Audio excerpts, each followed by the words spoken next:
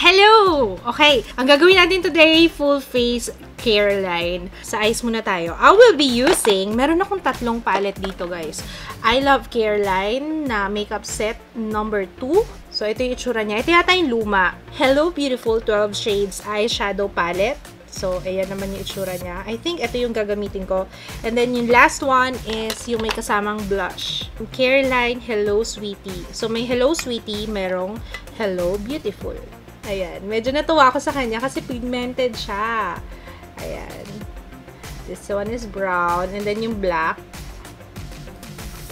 Oh, diba? Sa presyo niya, guys, ha? In fairness, maganda yung pigment niya. Wala kasi akong primer. Pwede na siguro to, yung Careline Pimple Concealer. Yan yung gagamitin ko. Para kumapit yung eyeshadow. Para mag-pop yung color. Talaga. Parang nabura.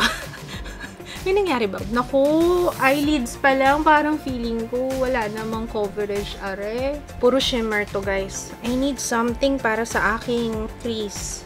Try natin to, ah. Gagawa tayong magic kasi meron akong eyebrow pencil dito. Careline color. Bakit kasi nilalagay nila na sticker dito? Hindi ko tuloy mabasa. Color pencil siguro. And this one is brown. Ayan. May na ako magkikilay. Unahin muna natin yung eyes. Tignan natin kung effective to. Kasi wala akong matte na brown shade para sa aking crease. So, magdodrawing na lang tayo ng crease. Tapos yun, bumili ako ng brush. Ito, 120 pesos lang siya. Oh my God! Ala ka na! Sira ka! Agad tinatanggal ko pa lang sa plastic. Natanggal na. 5 piraso ng brush. Mas maganda yung print dito. So, ito yung gagamitin ko, yung flat na brush. Pucho-pucho na crease, kunwari. Uy, pwede. Pwede. Kaso matagalang blend to. Oh, diba? Meron na tayong magic na transition color. Parang gusto kong mag-blue ngayon and mag-full glam ngayong Lunes. Lunes na Lunes. Full glam tayo. Kahit nasa bahay lang ako, wala akong pakialam. Gamitin natin yung blue. Gagamitin ko ulit yung flat na brush.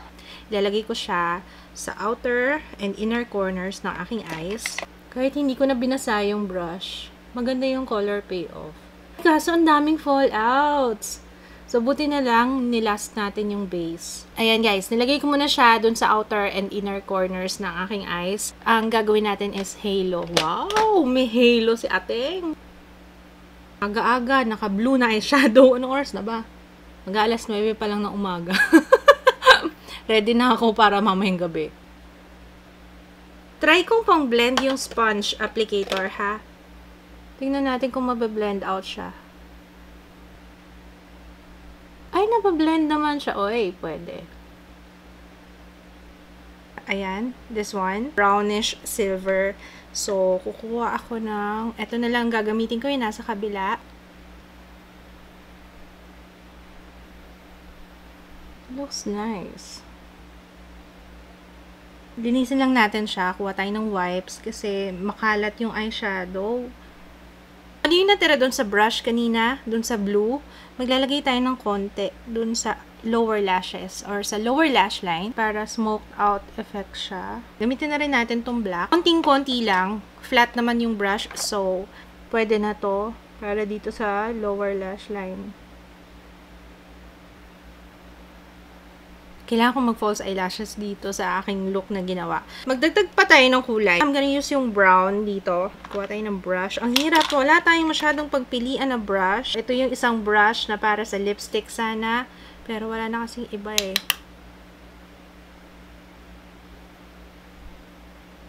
Careline eyeliner. Yung applicator niya guys, matigas. Hindi siya nabebend.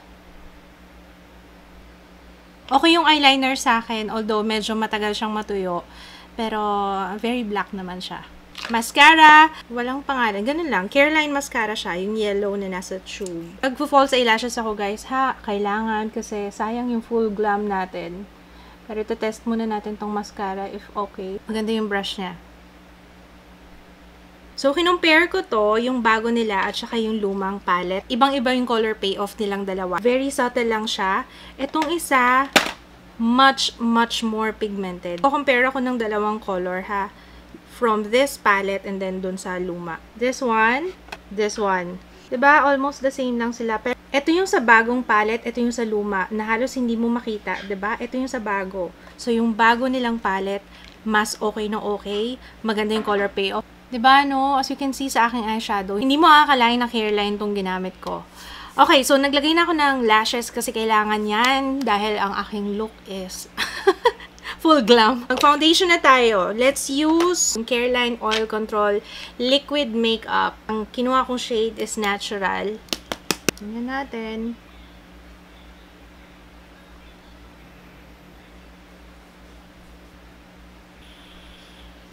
Amoy vanilla siya. Very, very light. Ang hirap mag-blend. Pwede ba akong gumamit ng sponge? Gusto kong gumamit ng sponge kaso wag na. Pero gusto ko talagang gumamit ng sponge. The shade, oh my goodness. Ay, Diyos ko, day. Yung puti naman ito.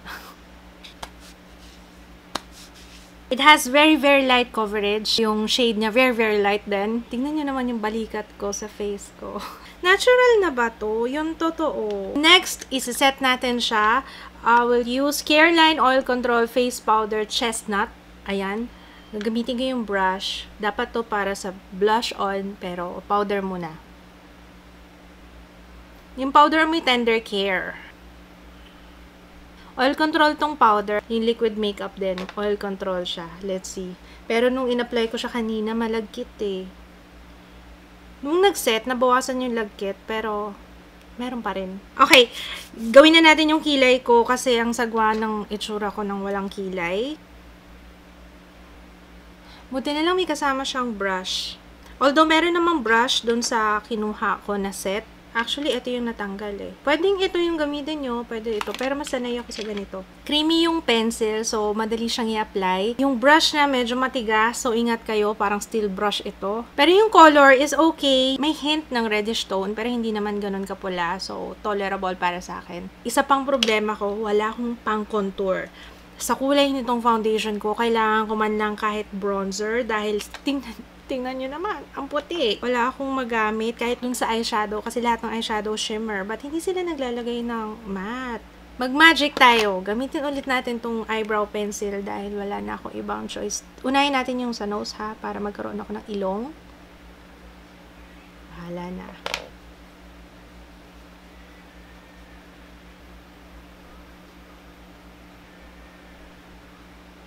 Sobrang lagkit. Parang hindi ko siya matake. Sayang, ang ganda pa man din sana nung eye makeup ko. Kaso parang ang lagkit-lagkit. Obvious ba sa camera? Parang ang lagkit-lagkit niya. Tapos, okay, mag-blush tayo. So, let's use this one. Medyo peach yung kulay nito. So, linisin ko lang yung brush kasi wala akong ibang option sa brush.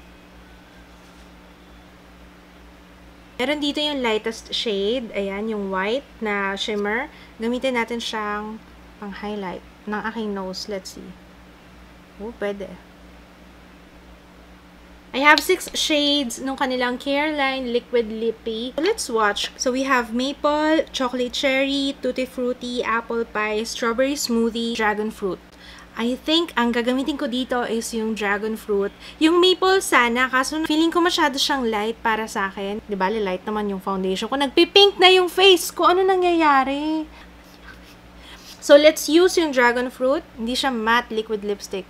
Kasi ang tagal niya before mag-set. Or kung magsaset man siya, parang hindi siya nagsaset. Konti lang yung nilagay ko. Tapos spread ko na lang siya using yung fingertips kasi masyado matingkad. Naalala ko, magdadagdag din ako no pang-highlight dun sa inner corners. Alam niyo, ang ganda nung eye makeup.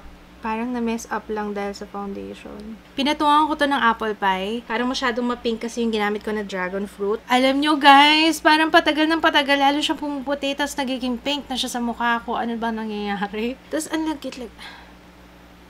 Hindi talaga siya komportable. Pinapahirapan niya yung buhay ko. Malagkit siya. Tapos, tingnan niyo naman yung kulay ng kamay ko sa face ko. Parang patagal ng patagal, paputi siya ng paputi. Okay lang ba guys? Pagbibigyan niyo ba ako kung papalitan ko? Kasi sayang yung eye makeup eh. Gusto kong i-test out yung longevity ng eyeshadow. Magpapalit ako ng foundation guys. I will be right back. Oh yes. Woo! Ito yung sinasabi ko. Oh, mas match siya sa aking skin tone. L'Oreal Infallible Pro Matte in Caramel Beige. You see, that's what I'm talking about. Tingnan nyo, diba mas okay siya? Kanina parang ang lagkit-lagkit ko, tapos ang layo ng kulay ng face ko sa hands ko. Ngayon medyo okay na siya. Finally.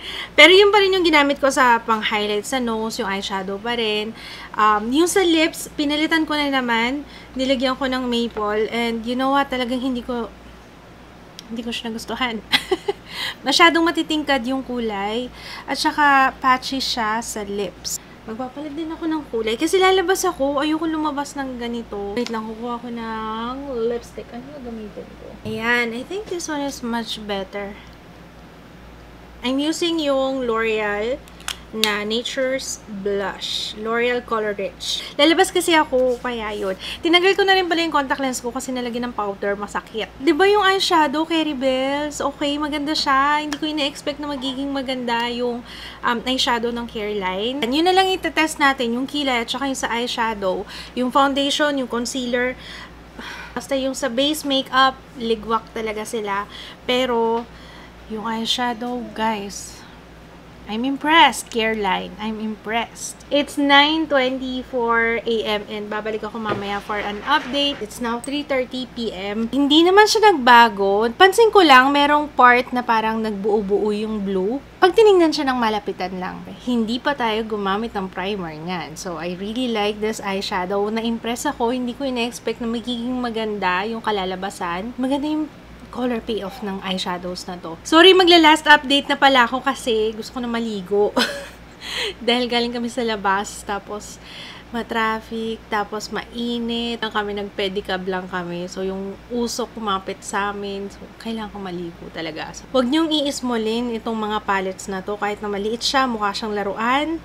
Maganda yung color payoff niya. I'm actually impressed. Ibang-iba siya compared dito sa luma nila. Yung blush na kasama dito is okay din. Huwag na natin pag-usapan yung tungkol sa foundation. Kalimutan na natin siya. Hindi ko alam kung sinong gumagamit nun sa inyo. Kung meron bang tumagal sa paggamit nun. Kasi hindi ko ma-imagine kahit sa dry skin, parang hindi siya tolerable. Parang nag-iiba talaga yung kulay niya. Pumuputi siya na pumuputi. Yung oil control, patapos ba lang yung makeup ko, gusto ko na siyang tanggalin. Kasi nga, sobrang lagkit niya sa feeling. Malagkit, unbearable para sa akin. I'm sorry, Careline, yung foundation talaga ng oil control makeup. Ito. This one, no good. I get it, mura siya, pero sayang pa rin yung perang ibibili nyo dito. Kasi hindi talaga siya nag-work. Yung concealer, ginamit ko siya first sa eyelids. Hindi ko na siya sinubukan pa na ilagay sa skin ko kasi alam ko hindi ko siya magugustuhan dahil wala siyang coverage talaga na binigay. Eyelids pa lang yun. Amoy niya, nung umpisa sabi ko mabango. Pero pag katagalan, pag binablend mo na siya, parang medyo sumasangsang yung amoy niya. Alam niyo yung Tiger Balm? Ganon. Pero yung expired nun. Kahit yung powder maganda pa rin yung Evera ng EB. Yung Evera na powder.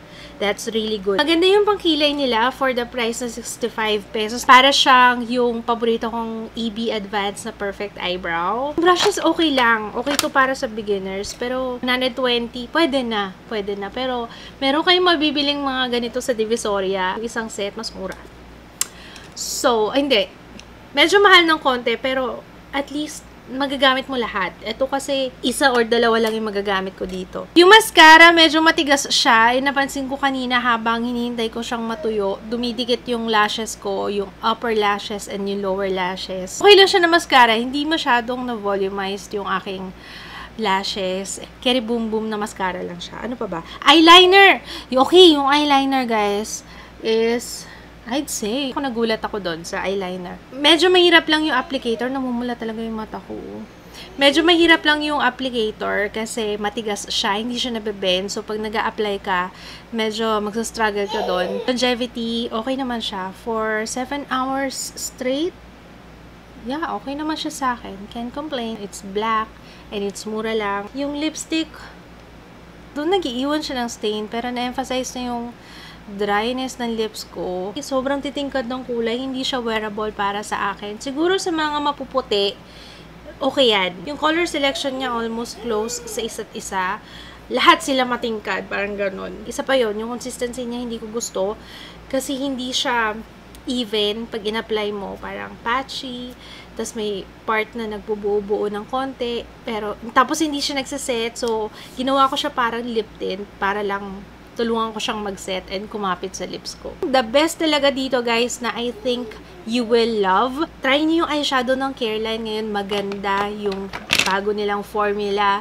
Maganda yung consistency nitong eyeshadow na to. Magkakaroon kayo ng fallout, so I suggest unahin niyo muna yung eyeshadow bago yung inyong foundation kasi may fallouts talaga siya. To think na hindi ko pa siya ginamitan ng brushes na pang-blend talaga. Yung ginamit ko lang is yung kung ano yung meron ako dito. So, yun, thumbs up ako sa Careline na eyeshadow. If you wanna share your thoughts dito sa mga products na to, kung nasubukan niyo na siya, feel free to comment down below.